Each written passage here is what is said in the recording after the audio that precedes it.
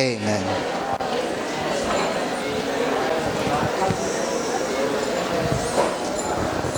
Amen. Praise the Lord. May I know kinsa ang grade 12? Grade 12 ba? No? Start? Grade 12. Sisters, grade 12. Wala. Grade 11.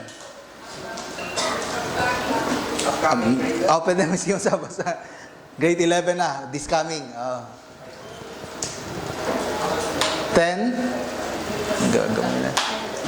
9. Okay, 8. Atun 8 lang ba or 7? Ay, 7? 7, wala na. Anapod. Amen. So last night, na 5.5. Sige na, okay na. Last night, unsang topic? Dealing with the world. Man, so dealing with the world. How can we deal with the world? By kalimut na yun. Grabe mo. Man, so, to deal with the world, we just need to love the Lord.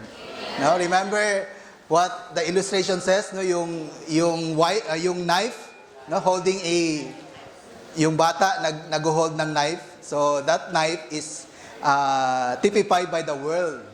No? And then, yung candy is Christ. No, Christ. So, if the children would see the other yung mas precious sa kanyang eyes, then they would just leave or just buyan lang niya ang knife, so he could have the candy.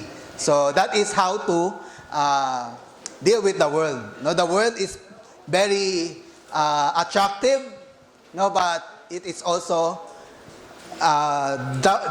drawing us away from God.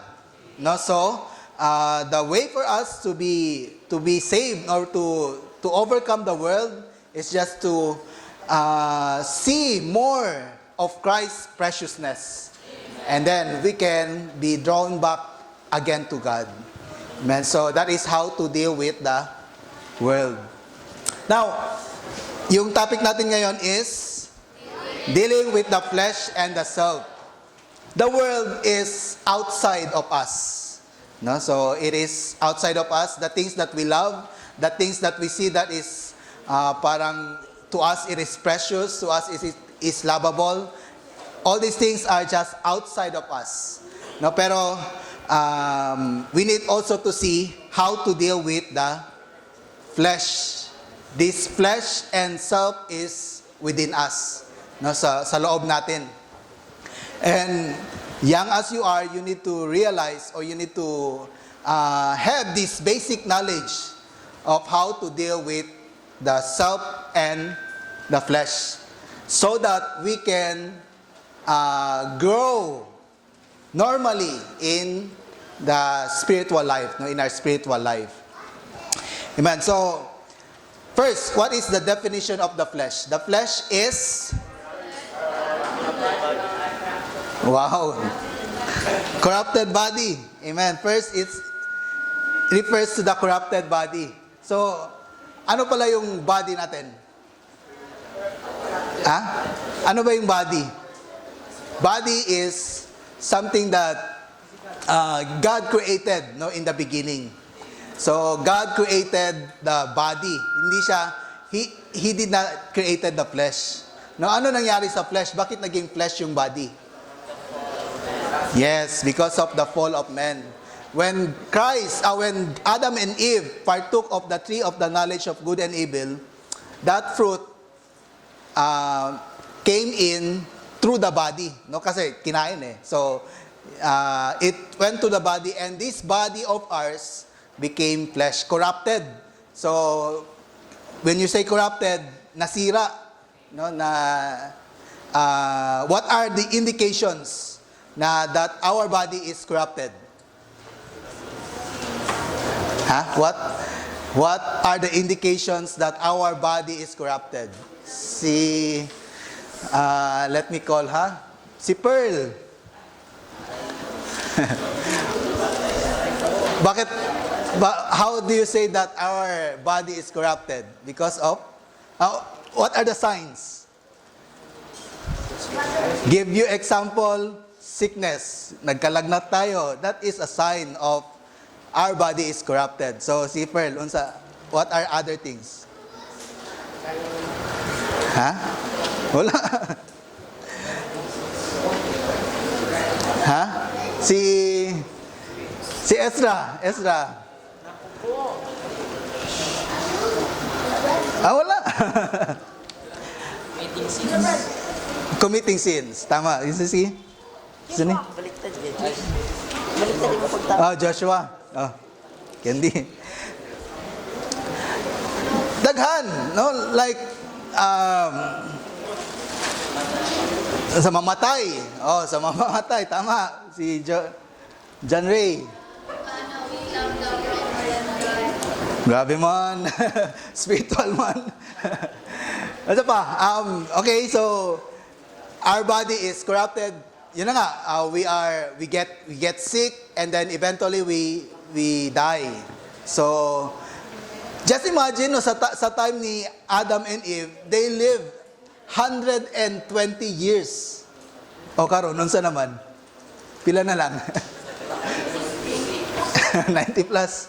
No, so just imagine, no, yung 120 years, 920, naging 90 na lang, naging 80 na lang.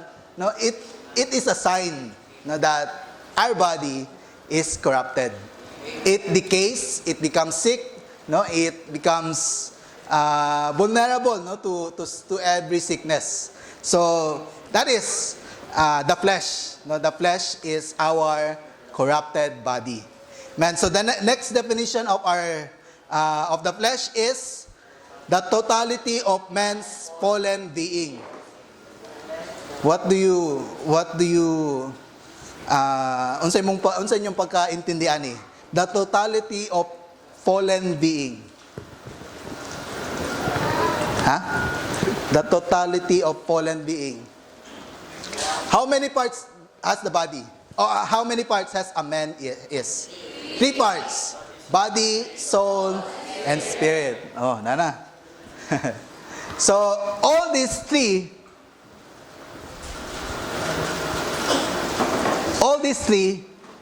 fell, no, naging corrupt.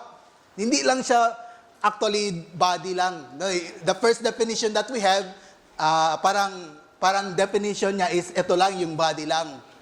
Pero actually, it's the entire thing.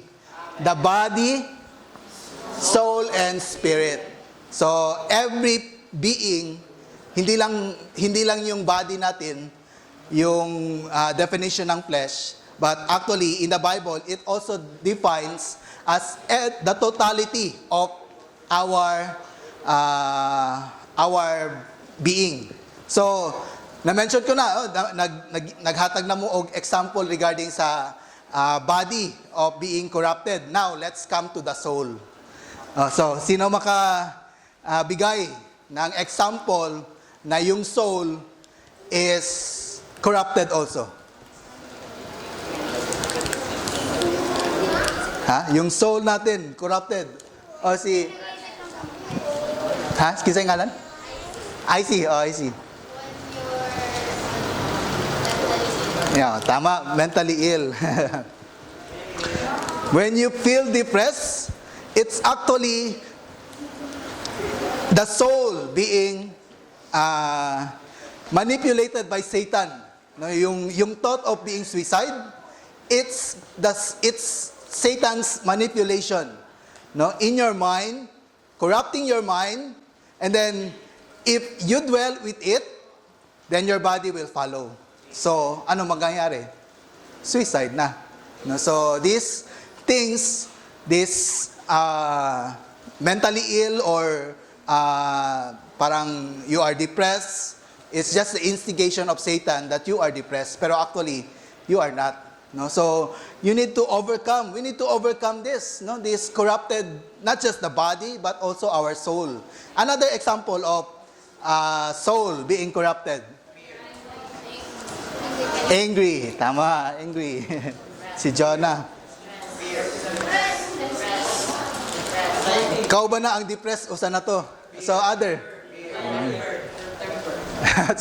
si think of evil things.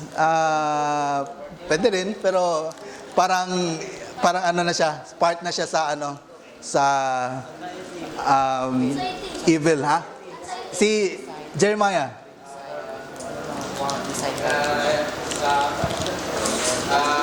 Not thinking for the Lord's desire. Ha?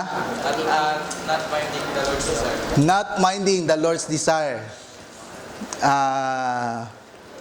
Not minding the Lord's desire. Pero di man kayo klaro. Di kayo klaro. Ha? Kisa ngalan? Jonah May. Stripe? Unsay stripe? Unsay stripe, ha? Own desire? Okay. Ha? High blood.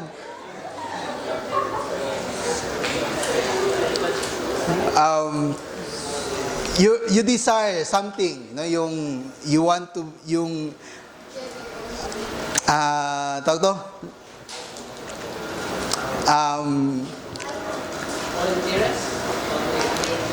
Ha? So yun na, the soul is being depressed, no, the soul is being instigated by Satan to do evil things. No, these are things that corrupted our mind, no, our soul, no, that it is through the mind, and then sa emotion naman yung feel depressed, feel parang mentally ill, yung things na dali ka masuko, no, you temper, all these things are part of the fallen, or a test or a indication that our soul is corrupt. So the will, yung will naman natin when it comes to the word of God, or when it comes to God, ayaw natin. No, hindi natin sinusunod. No, hindi natin God wants you to do this. No, pero hindi natin sinusunod. That is also a indication, no, that our soul is also corrupt. No, so sa spirit naman, these things, yes, you idolize, and then you worship other gods. You worship idols. No, so yun ang indication also that our spirit is also corrupt. And then other things, no, like pupunta ng manghuhula to have a horoscope, no, to galit ka sa kasama mo or sa kapitbahay, then sabihan mo sa tao na to, kulamin mo daw to, barang. So barangin mo, ibarang mo ni siya, no? So these things are things that are spiritual, that is also indicated, no, that the spirit is also corrupt. So all parts of men, no, not just the body is corrupt, but also our spirit and soul. So this is also a definition of the flesh, no, in the Bible. The third definition shows that the flesh is not only the evil aspect, but also the good aspect. Good flesh desires to do good and to worship God. So, yes, you may serve the Lord, pero you serve the Lord in the flesh. No, so it is also indicated that we are that it is also shows, no, that that act of goodness, that act of kindness or service to God, basta it is doing in the flesh, is the flesh. So Now, let's see what is the position of the flesh to God. What is the attitude of God towards the flesh? Number one is, God cannot mingle with the flesh. Sa Exodus, there's the anointing oil, and then sabi ni Jehovah to Moses, do not pour this anointing oil in the flesh. In the flesh.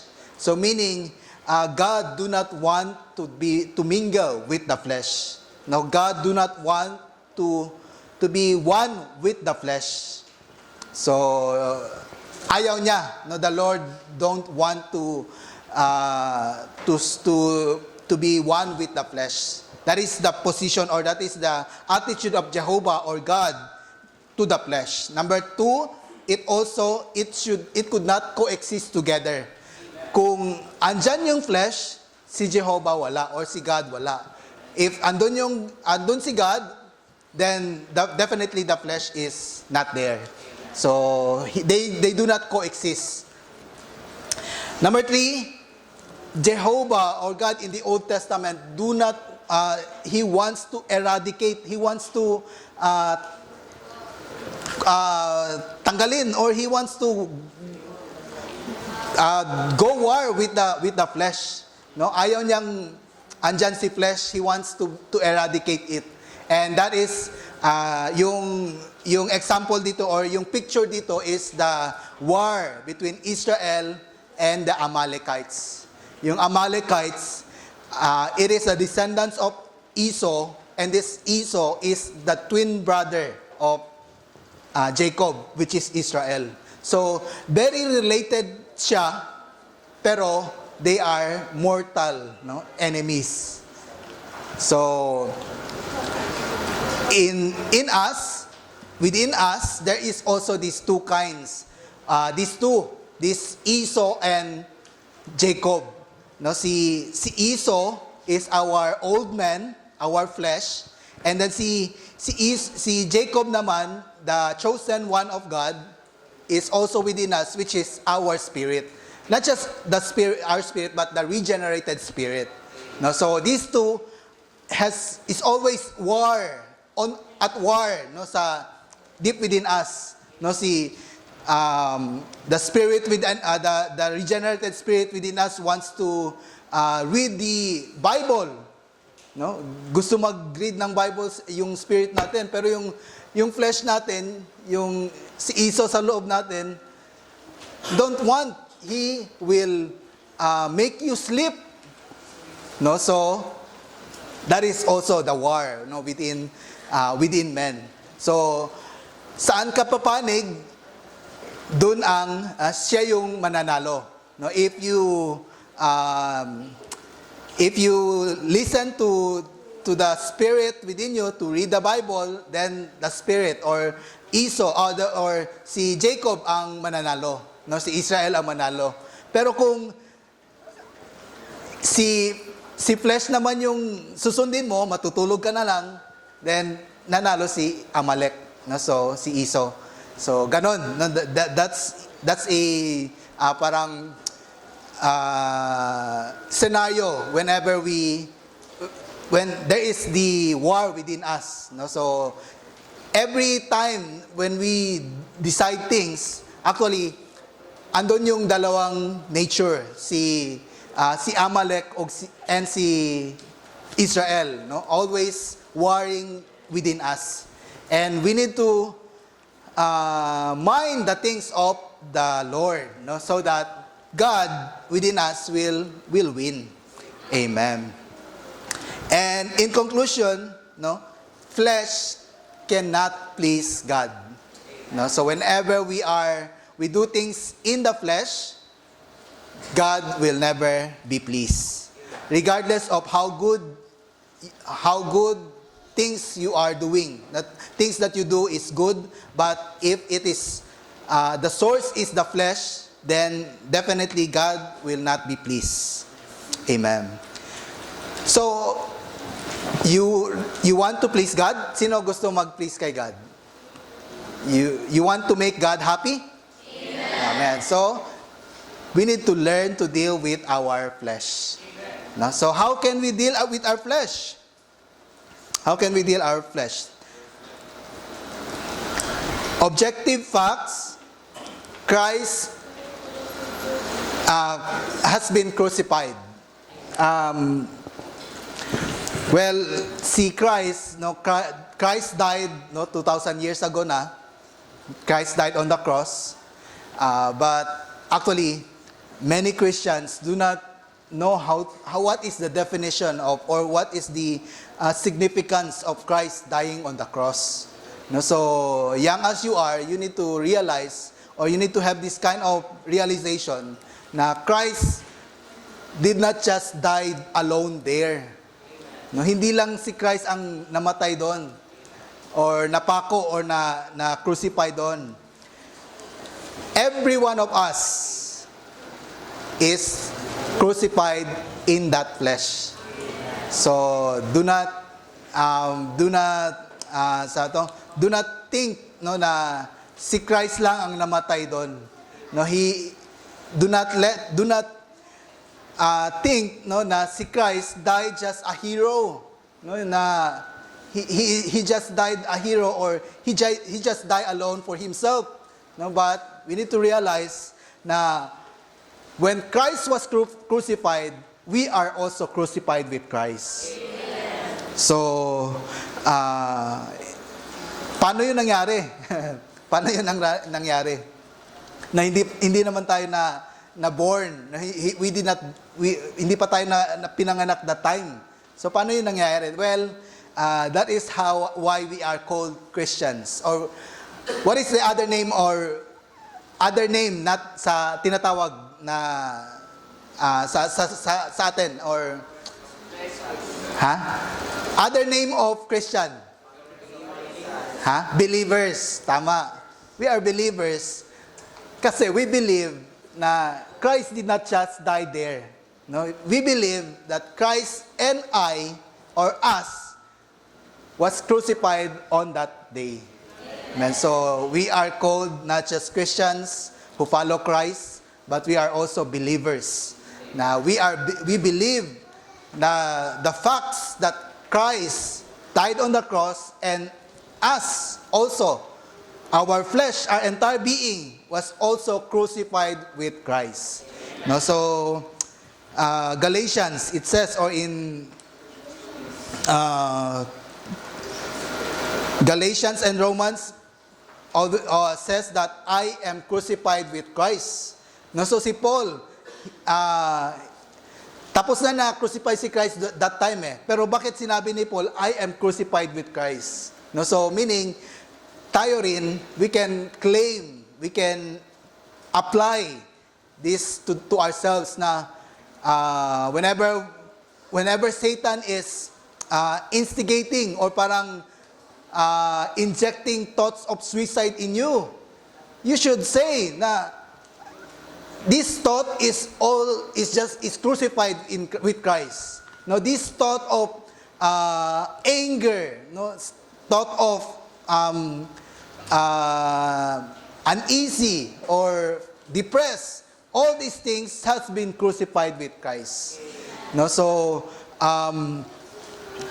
we need to apply this. No, we need to say to the fallen flesh, na this flesh is now crucified with Christ. So this is how to apply the cross. And objectively, we need to realize that Christ died on the cross, and we also died on the cross. And subjectively, in our experience, we need also to say, or to apply this cross, or apply the situation that we have, yung depressed, yung anger. Now, we should say that all these things have been crucified in the Lord. And the best example or the best way to apply these spiritual facts, the moment that we are in that kind of situation is by what? How to enjoy Him. Ha? Ikaw ano na yun? Calling? Calling on the name of the Lord. Other way of enjoying the Lord. Ha? Praying. What kind of prayer? Sige daw, kanang suko na kay ka. No? Suko na kay ka sa imong manghod. Kay dili siya mutuo kay sa imong mama. So, imong mama, ni adto sa imuha kay ikaw na lang suguon kay imong manghod. Dili mutuo. So, sige daw. Si Trisha daw. Unsaon nimo pag-pray? Ha? Si Joseph na lang. No? Ang senaryo ani ha, suko na kayo ka kay imong manghod, dili mo tuo. Dayon imong mama sa imuhan na lang mo adto kay dili man mo tuo imong manghod. So unsa imong prayer, unsa imong buhaton? Unsa gani ka moampo? Unsa ka moampo? In your own words, okay lang, sige. Sige, example, sige na. Suko na kayo ko, Joseph, dili man mo tuo si John Andrew, ikaw na lang akong sugoon.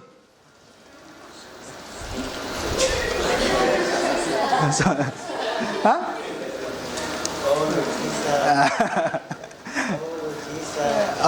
Kana siya, sa sulod lang ha, ayaw i-voice out, sa sulod lang nimo, sige na. I-continue, unsa kato, Lord Jesus. Amen. Oh, Lord Jesus. Amen. Amen.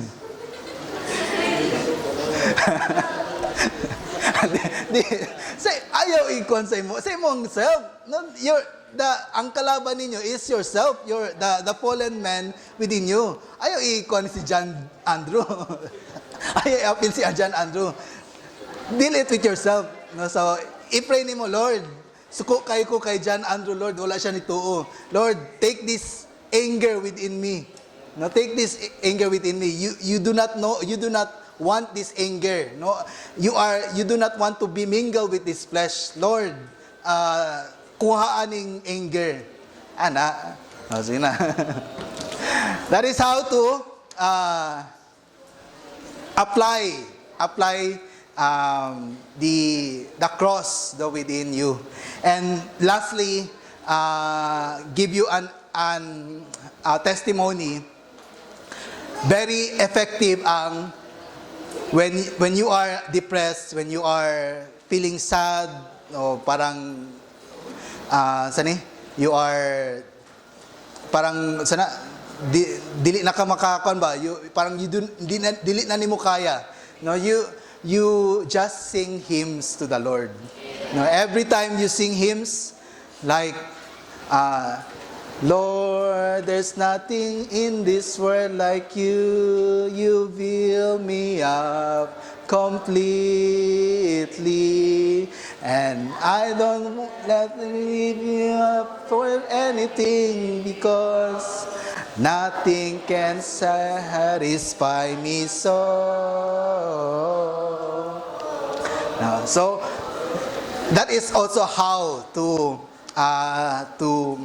apply, the spiritual realities in your situation.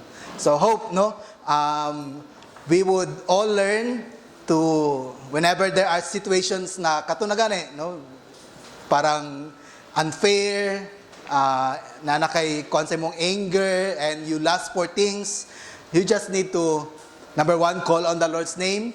2, pray. And then 3, sing hymns to the Lord. Amen. Our brother will continue.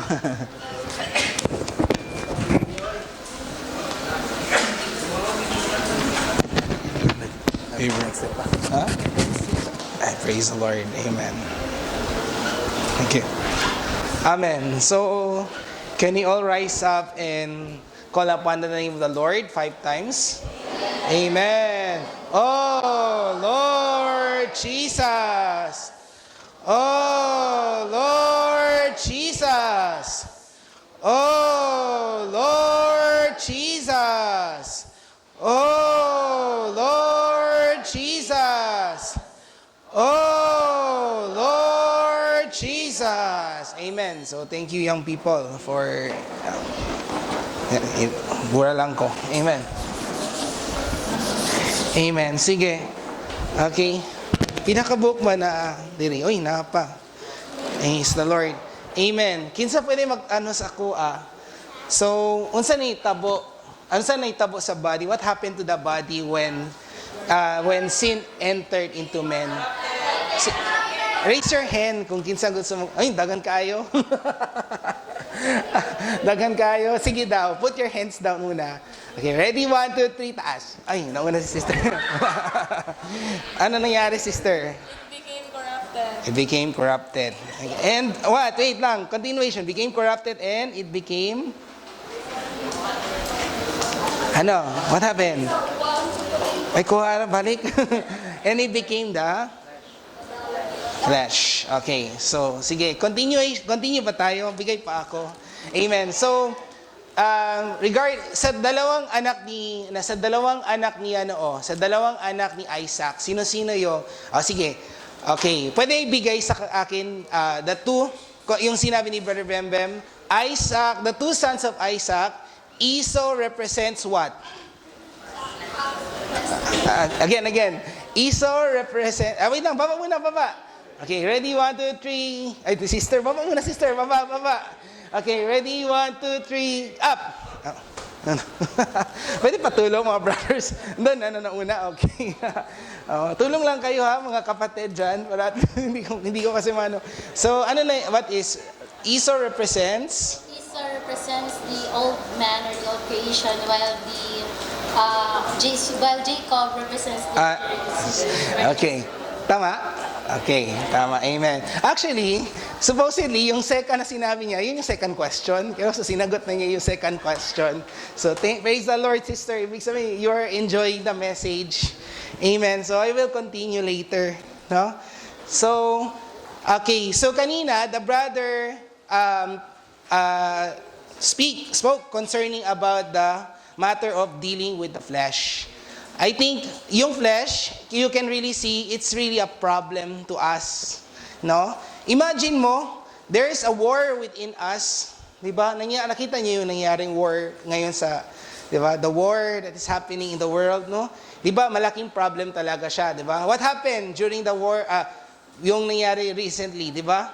Yung between Iran and US, 'di ba? Maraming na apektuhan, 'di ba? A lot of things got affected. Oil crisis, yung mga bilihin, nagtaas lahat. So, imagine pag it is within us. If the war is within us, no? Kapag yung warring is within us. So, di ba mas parang mahirap sa tao because there's a war within us. Between the flesh and the spirit.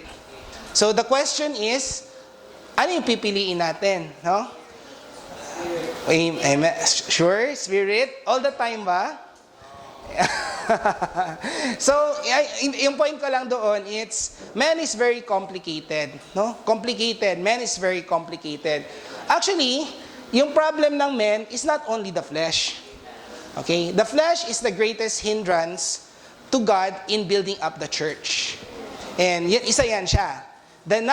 Another problem in one of the problems that God has to deal with is not only the flesh but also the self. Yes.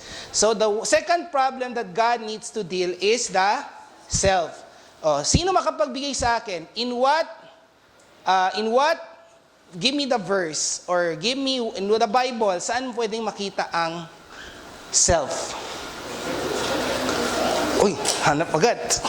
5, 4, 3, 2, 1. Meron? Tas na gawa. Time first. Praise the Lord. Amen. So, sige. Okay. Okay, self ha? Self. Saan makikita ang self?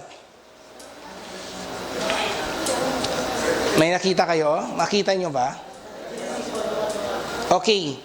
First is, makikita nyo siya in Matthew 16. Diba? Do you have Matthew 16 there in your ano? Okay. Matthew 16. Wait lang. Let me first turn on the timer. Kasi para alam ko 15 minutes lang yung speaking ko. Amen. So, 16. Matthew 16. Okay, can you go to Meron kayo lahat? Matthew 16?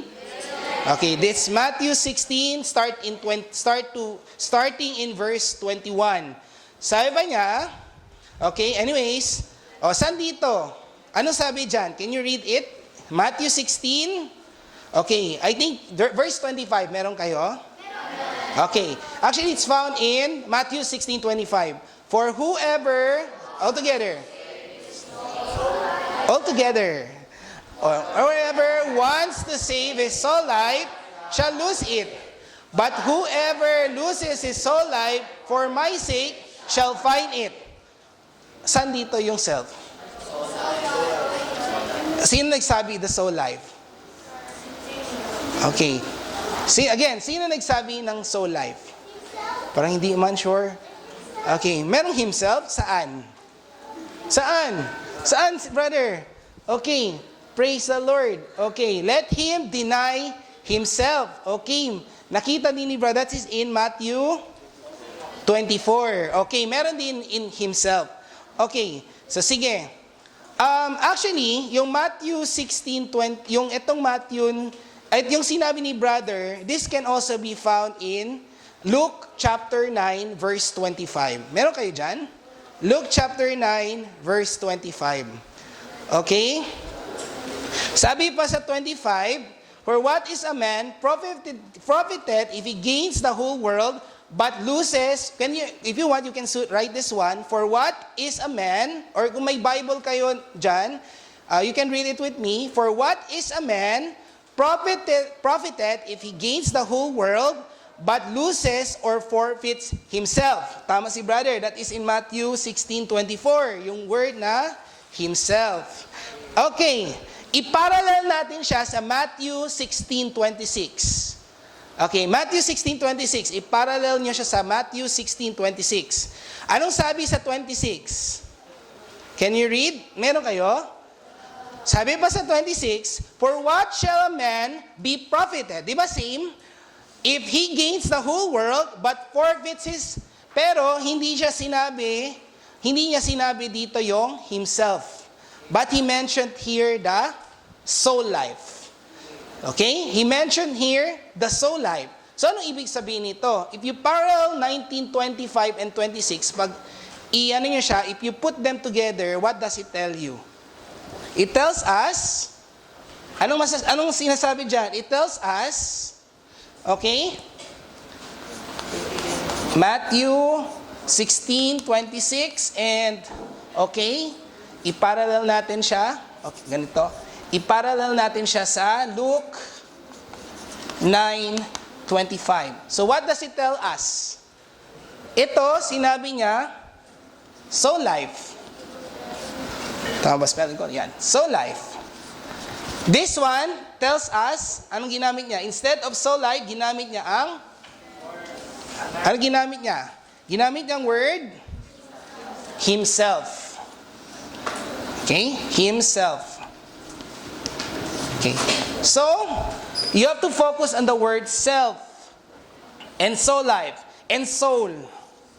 Self and the soul. Meaning, the soul is equal to the self. Okay? Okay ba? Okay, that verse tells you alone that soul is equal to the self. Okay, unlike the body and sin, hindi sila pwede maging equal. 'Di ba? Kaya nga na-mention ni Paul the body of sin. Wala niya minention na body is equal to sin. Ibig sabihin, the body and sin, they're not equal. No? They are not equal. So it's very difficult in the Bible to really to say that these two are separate. The soul and the self are separated. Amen? Nagigets nyo, young people?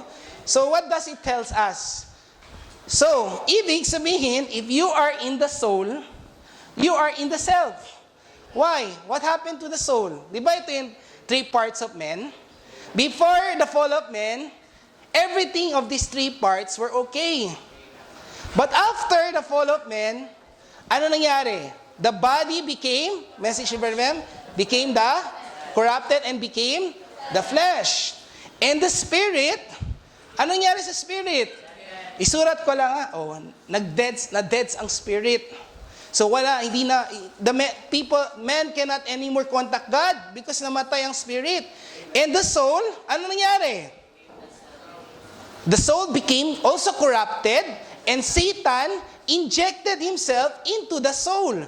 Meaning, anong composition ng soul? Sino dito nag-attend ng young people every evening? Ano yung parts ng soul? Mind, emotion, and will. Okay, if you go to Genesis chapter 3, verse 7, it tells us, in footnote, if you click the footnote N, it tells us Satan injected himself into the mind, into the emotion, and into the will. So, ibig sabihin, since Satan is equivalent, if you're gonna read Matthew 16, the entire chapter, diba? Yung Matthew 16 to 26, 21 to 26, what happened there? Naalala nyo ano yung nangyari? Okay, diba? Sige, hindi ko nalang basahin kasi because of the time. Ilang minutes na lang ako. 8 minutes na lang, bilis ng time. So, what happened there? Ang nangyari, diba? The Lord was already preparing Himself to die on the cross. Diba? To die, and that He will fulfill God's will. Diba? That He can actually, what? Bring forth the church. So, ano nangyari? Ang sabi ni Peter, Lord, maawa ka naman sa sarili mo, Lord. Bakit mo gagawin yan? Di ba? After ng pinagsamahan natin. Bakit? Mamamatay ka lang, Lord? Because siguro, because of His love for the Lord, siya, di ba? Parang naano siya kay Lord. Masama ba yun? Masama ba yun? Or okay? Tama ba yung ginawa ni Peter o hindi? Kayo, if you are on the human level, nalaman niyo yung friend nyo, ayoko mag-talk ng about yung namatay. Okay, nalaman nyo yung friend mo, na siya, sige na, sabihin na lang natin, yung friend mo yon, hindi yun si Lord, friend mo yon. Ikaw yung nasa situation na yon, nalaman, best friend. Anong sasabihin mo sa best friend mo kung gagawin niya yon? Siyempre, magpapako siya, di ba? So, anong gagawin mo? Di ba, you will stop him? But, di ba ganun? Di ba okay? Di ba tama yung ginawa niya? But, ano sabi ni Lord sa kanya? Get behind me, Satan. Di ba? For you are not setting your mind on the things of, tama bang sinabi ko? On the things of God. Ay, correct na lang natin. Basta yon, sinabi niya, get behind me, Satan. So, ibig sabihin, sinabi niya si Peter na Satan. Ibig sabihin, the person behind that one is not actually Peter, but it was Satan. So since Peter, on that time, he was using his mind. He was using his emotion. But you have to remember, sino ang nasa emotion and mind ng tao? It's Satan. So because the Lord knew that was Satan, He told Peter, get behind me. Bakit kaya? Because, syempre, the Lord loves the church. Diba? The Lord loves the church. And what He is doing is for the producing of the church. And, syempre, if you're going to go and die to produce the church, therefore, you're only doing the will of God. Diba? Many times, yun yung sinabi ni Lord kay na Peter, to do the will of God. Pero, I think Peter, may amnesia siya. Lagi niya nakakalimutan yun, di ba? So, it only shows that he's telling Peter that you have to set your mind, your will on the things of God. Amen? Amen? Okay? So, yun, di ba? So, because Peter was exercising his soul, he was actually in his self. Peter was actually in the self. And the self is actually equivalent to Satan.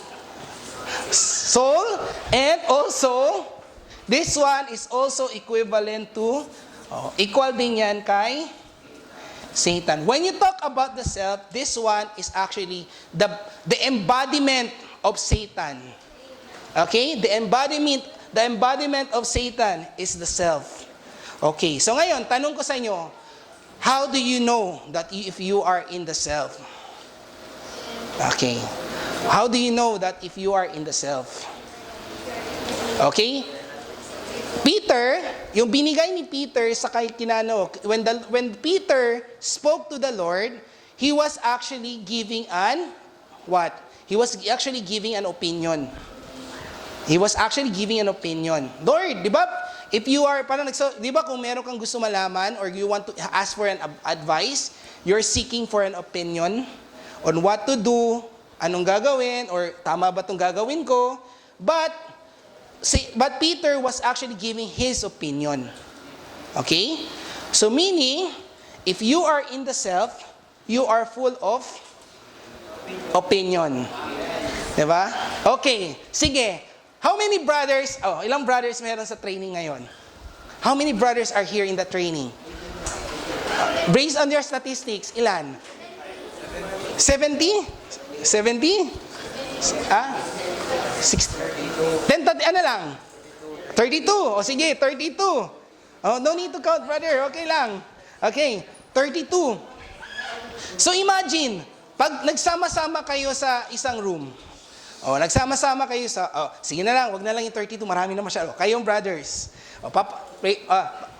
Forgive me, brothers and sisters. I will use this example.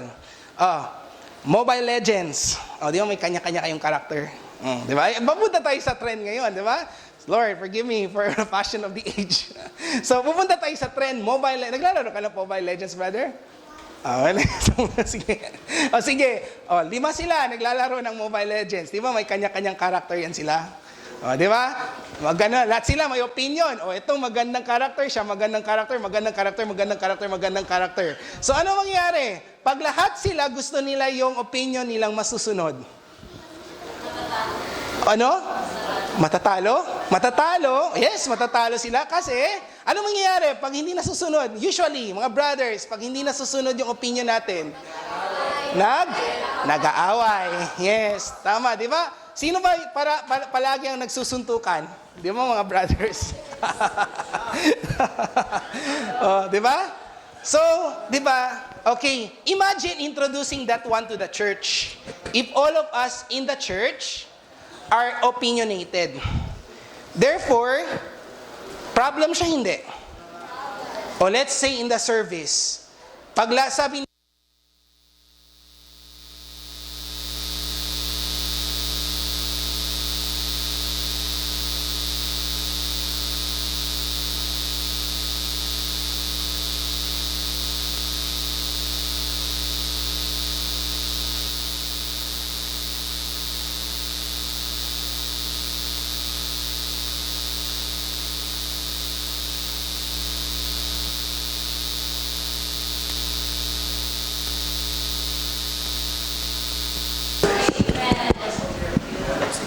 ganon mangyayari.